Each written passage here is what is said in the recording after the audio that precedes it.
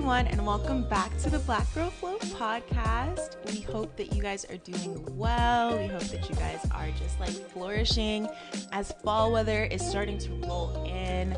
Please let me know if y'all are going to be on your like crispy like pumpkin spice latte, state fair, or even maybe boot up vibe, because I'm trying to find a lane and pick a vibe. But I'm super excited for the fall season. Lexi, how are you doing? I'm Gucci, man. You're always Gucci. That's like your state of life. That is true. That's so true. I am always in a constant state of we're chilling. But honestly, I really feel like we're chilling. Yeah. I mean, even despite the amount of flights that you're about to have to take. I know, but it's like places you're about to be. I feel like it's kind of like almost going to be a fun adventure for you. What you're doing. Yeah. I think the people, they're like, everybody else is like, oh, you're leaving, and I'm like, I'll be right back. Like, yeah.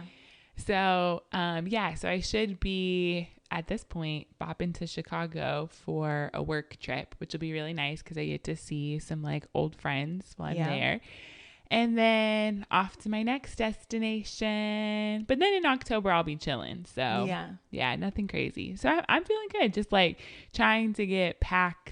I'm like going to a lot of different weathers.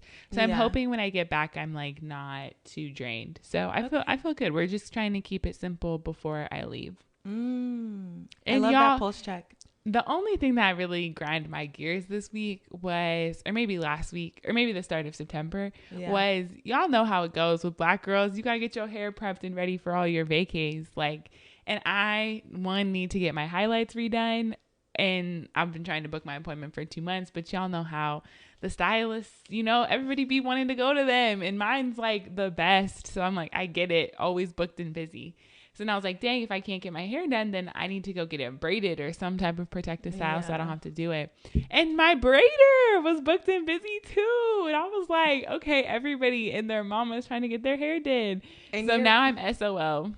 Y'all, Lexi told me that her previous braider got fined because she didn't have a license. And I feel like... I don't know all the details, Listen, I just think that's the epitome of a lot of Black women hairstylists right now. Y'all are charging an arm and a leg. No, but don't do she's gonna get me canceled because I loved my braider. Don't do her wrong. We did love her. And that's probably why her prices were a little bit cheaper than the average. No, she was just really not out here. Like, she was solid. She was solid. No license. And I started with her in her house, and then she moved to like a little boutique. So don't do my girl dirty. I'm like, I gotta protect her at all costs. Listen, we're gonna put that braider aside, but for all the other hairstylists, please let me know why y'all want me to have my hair. Well, actually, since tell us about the struggle. I got triggered back to my natural hair days. Look at that, y'all. She's trying to take my L, make her hers. Okay, tell her to stay in her lane. I'm gonna leave. She was swerving. She was swerving, y'all. She don't know. She's like, yeah. I do know. They're the reason why I had to get locked up in the first place. I know. Honestly, there should be a book one day of how much money Olivia has spent on hair, because she used to come. You just want me to cry. That Atlanta stuff really had me crazy. But I'm the queen of finding a reasonable person to get my hair done too. I was never tapped in like that. And then I ride hard with mine. So either way, that's the only gripe that I'm like, dang, I'm really going to have to do my hair and like have it prepped and ready, because I don't even have time to do it now. So of course, we're packing all the products. Yeah. I feel like my pulse check, I'm coming in like pretty energized. September, like the start of September, it was just like, there were a lot of exciting things happening. There were a lot of exciting things happening. Like, I was able to visit Charlotte for the first time. I was able to, like meet new people, all that stuff. But like at the same time, my pockets have been hurting, and I've been like getting really just like handed more in lessons. Tune. Yeah, I think yes, I've been humbled, but like I think at the same time, the universe is like really trying to push me towards like a different path that I've been like knowing that is gonna come, sooner than later. And now by that universe, it's finally it's here, actually me. Y'all don't understand. I need to know. Y'all got that friend who stay being on it? What are you trying to say? Because they don't understand what you're talking about. I'm that friend that be like, yo, you got to be on this. Like, you need to be doing this. Like, I can just see the path. They see the potential, and then they like the girl push comes the back and is like, I saw this on TikTok. I read this in a book. And I'm like, I've been saying that to you for years. Yeah. But either way, that just makes me super happy for that season. I think I'm finally like ready to take a couple of huge steps. I know I sound super vague right now, and that's probably super annoying, but I think that it's going to be revealed soon, some of those huge steps. And I'm really excited to just kind of tap into my quote unquote activation of power phase. If you're on the Pattern app, you know what I'm talking about. But yeah. It's we'll have to do an episode on investing in yourself and taking that risk, because you're living it right now. I'm about to be taking a couple risks, y'all. Risking it for the biscuit. But other than that, you're feeling good? I'm feeling good. Yeah. Good stuff. Good stuff. Well, because we're feeling so good, we decided that this week's episode was going to be a little bit in response to some like viral TikTok trend that was going on. And then it kind of connected a little bit to like, when you're good and your homies are good, like how are we giving back? Like how are we showing up? How are we supporting other people? And then we were already thinking about that. And then we saw that TikTok trend come by. Who was it by? It's DeAndre Brown, the corporate baddie. Oh, yes, the corporate baddie, who was essentially made a hot take about whether or not, if you're having a birthday party, like if should the birthday person pay for their guests? And he was saying yes. He said, at this grown age that we are at, if you are inviting your friends to a birthday dinner for yourself, you should be paying for all of the guests. And he said it in such a way that was like, ooh, like, dang, like if I'm not doing that, then maybe I'm really like, and y'all know, not a good friend. We need like a word for Black TikTok, because it's like we got Black Twitter. It's just Black TikTok. Black TikTok came out with the responses. So we really felt like that bridges perfectly to really think about like, how do we embody generosity with our friends and our like close people, and just kind of unpack like what that means to both of us, and like how we try, because I think it's really important as like a core value to always be giving back. And that from just that TikTok shows up very differently for different people. So we got to respond to it. So Liv, you got to let us know, are you paying for the tab, or are you saying no, separate checks?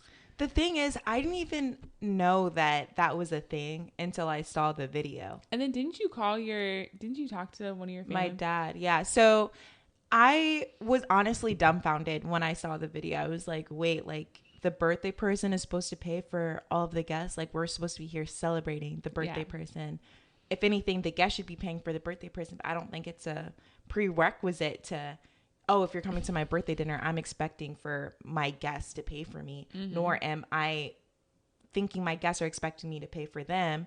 And I saw a couple of responses on TikTok from like Asian, descending people, and then also like African people. And I learned on TikTok that it's a common thing that's taught down in like other, maybe just let's just say not Western culture. Yeah. That you're supposed to be paying for everybody. If you're inviting everyone out. So but I was what like, is your take? I need to know. I was dumbfounded because I didn't know that people were doing that. So you're like, no, and other people should be paying for the birthday person. That's what you were. I don't think that I'm in a financial position. Yeah, I don't think I'm in a financial position to be. Would you feel some type of way if you were at dinner with your friends on your birthday and they didn't pay for your birthday? No. Okay. No. I wouldn't feel some sort of way for them, because I'm saying it's really not about, like, it's about us all coming together. Yeah. And like, thank you just for showing up. I'm not expecting you to, pay for me. Yeah. But at the same time, I think if you are in a large friend group, like that's another thing. I think this is for like the large friend group girlies. I'm really not. That is not this crowd over here. I am not, like, I have, a few good friends, and I think she refers to as the Holy Trinity. Yes. And I like will I'll show up for them in different ways than like, and we're not really a birthday dinner crowd. So it's just like it's a whole other dynamic, I think, for my friends. But I was like, if you were at a hell no. If you were at a lead with that. Because I just can't imagine me, the birthday person, having to pay for everybody. But at the same time, I cannot imagine my bank account is that fat. When I am in a financial position to be able to do that, then I will do that. But until then, yeah, that's not the case. So then I think that's an important part that I think we need to put a pin in and come back to of the like what you currently can manage versus what you desire to do. So it's like, you're like, if I was in a place to do that, like, I hope one day I could be like, yo, I got y'all, you know? Yeah. But with your current situation, that might not be what it is. And I feel like that was a lot of people's responsibility. Let's put a pin in that, because I think we got to come back to that when we're thinking about how to be generous with our friends, how to be generous. Because I think sometimes we get so caught up that it's monetary. It just doesn't make sense that people are like comparing it to a wedding to me. They're like, oh, like, think about it. When you have a wedding, does the bride pay for everybody to come to the wedding? Or do the guests pay for the bride to have the wedding? And I'm like, a wedding and dinner are two completely different things. Like, and it really does just show I haven't seen those stitches. For that specific creator, I'm like, it does show a disconnect. Oh yeah, everybody was saying it's giving audience. I saw a bunch of people that are like, it's giving Jack and Jill. Yeah, they're like, say you were in Jack and Jill without saying you were in Jack and Jill. And listen, we love our Jack and Jill people, but please have a social understanding. You know, especially if you're speaking to a Black audience, you're speaking to a Gen Z audience, and you're telling Gen Z, this generation, to pay for everybody at the dinner. I am so sorry. And he was doubling down in the comments. Oh, for real? Like, he was like, I think this conversation just shows that a lot of people are living without, like, manners? Not within their means. Yes. He said, we are not living within our means. If anything, this conversation honestly, shows. The real TikTok begins in the comment section. So you're telling me within my means, that means I'm having the birthday dinner at Applebee's. That means I'm saying meet me at Chili's. Which there's nothing Panera Bread. Chipotle on me. Birthday dinner at Panera, guys. Meet me there at 7:00. Because, girl, what are you talking about? What's your take on it? And how were you raised to like approach those kind of situations?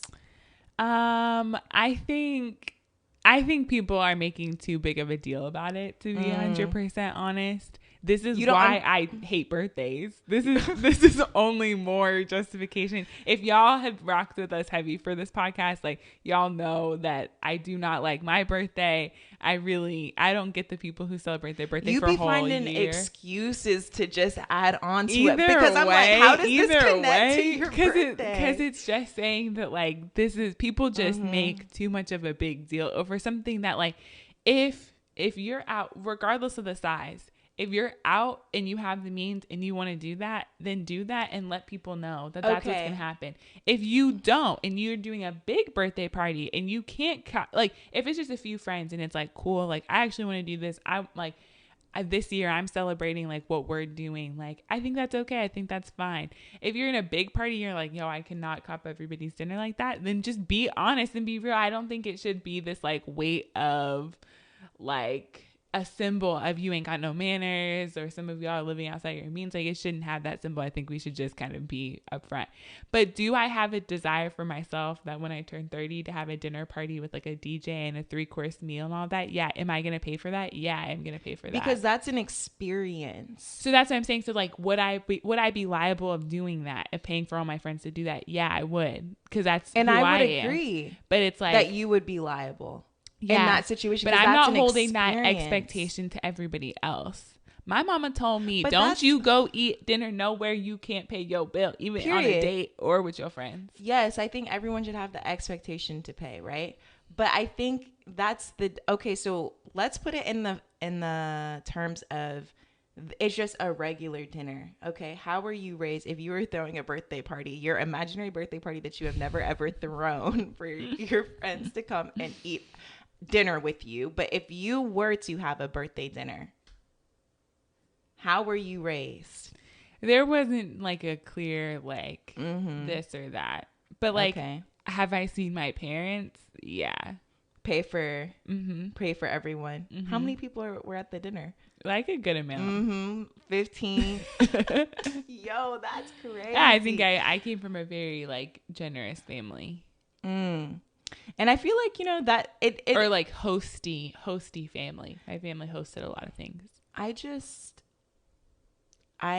not so then this really segues us into the meat of the conversation, because really what we want to talk about is like how do you incorporate being generous in your lifestyle without doing it inside and outside of your means. But in order to do that, we got to figure out really what is our perspective on generosity, sharing with our friends. Yeah.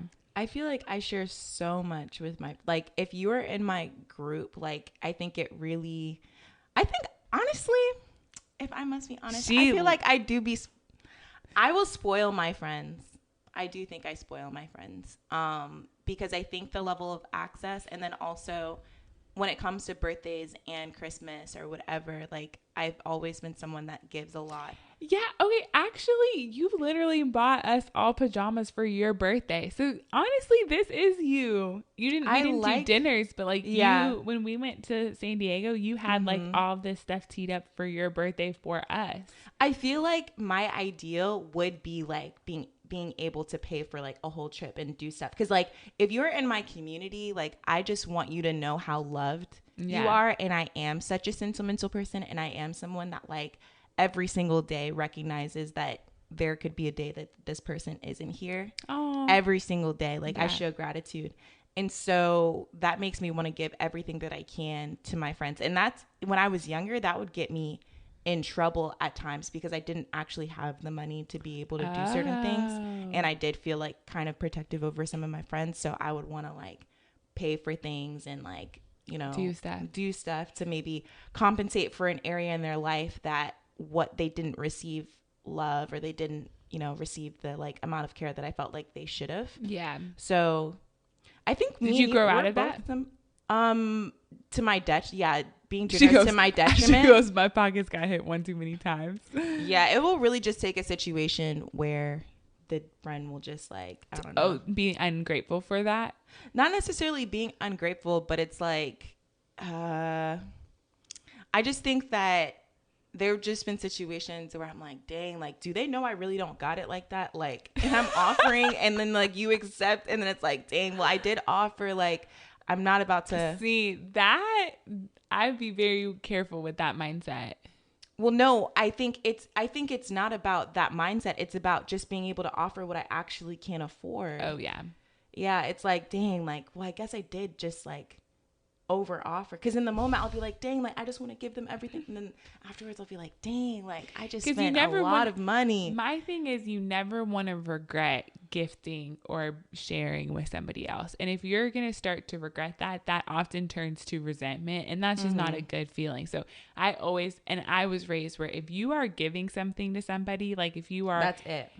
Do not expect anything in return. If I loan you $50, I'm expecting to never see that $50 again. Even if she's like, on my life, I'm gonna give you $50. I'm like, I'm in my head, I know I'm gifting it. If she gives it back to me, cool. You know, we straight. But it's like, I'm not. Yeah. And my generosity has to genuinely come from my heart. Like, there have been times Lexi has taken me out to dinner and then I'll try to Venmo her and then she'll literally Venmo me back. Because it's like, sometimes it's like we don't need the first show kind of thing. But I think for me, here's the thing, because I think you were about to say that we're both really generous, and I do think that I'm like a very generous friend, but I hate sharing.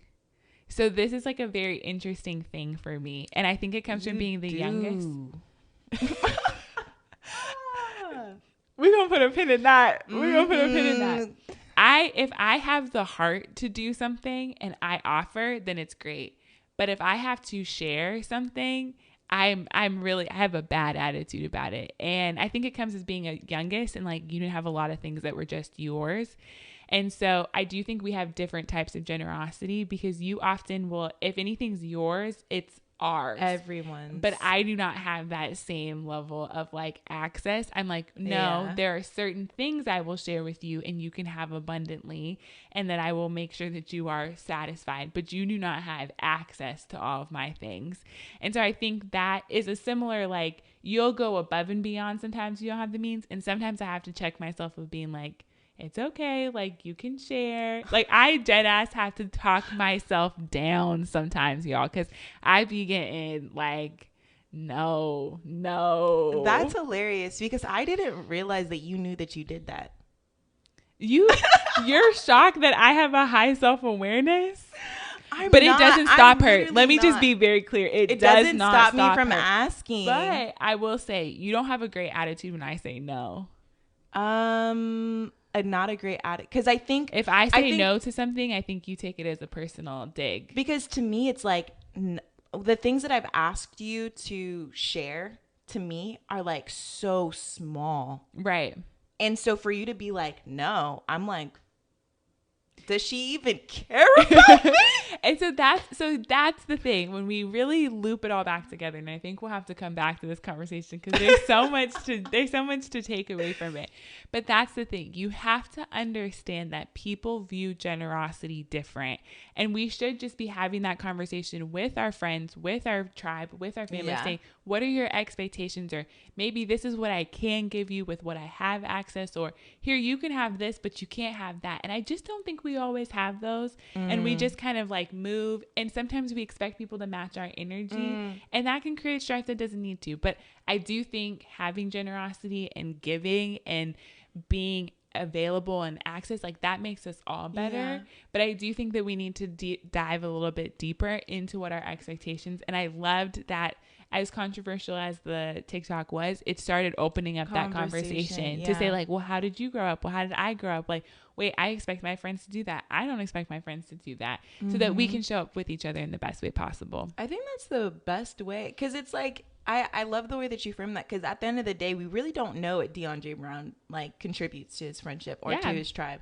And I think that there were so many assumptions that were made about his character and him not being a good friend and him not being able to take care of his community. When I'm sure when his birthday comes around, he'll be paying for everyone that's there. So please let us know what y'all think. Let us know what y'all think. You already know the conversation continues on Instagram. And thanks to everyone that's been showing us love on Twitter. Like, we get a couple of people that are like, shouting us out. So we appreciate y'all. And with that being said, peace, love, blessings. We will see you guys next time. Bye, y'all. Bye, guys. All right. That wraps up our episode this week. We really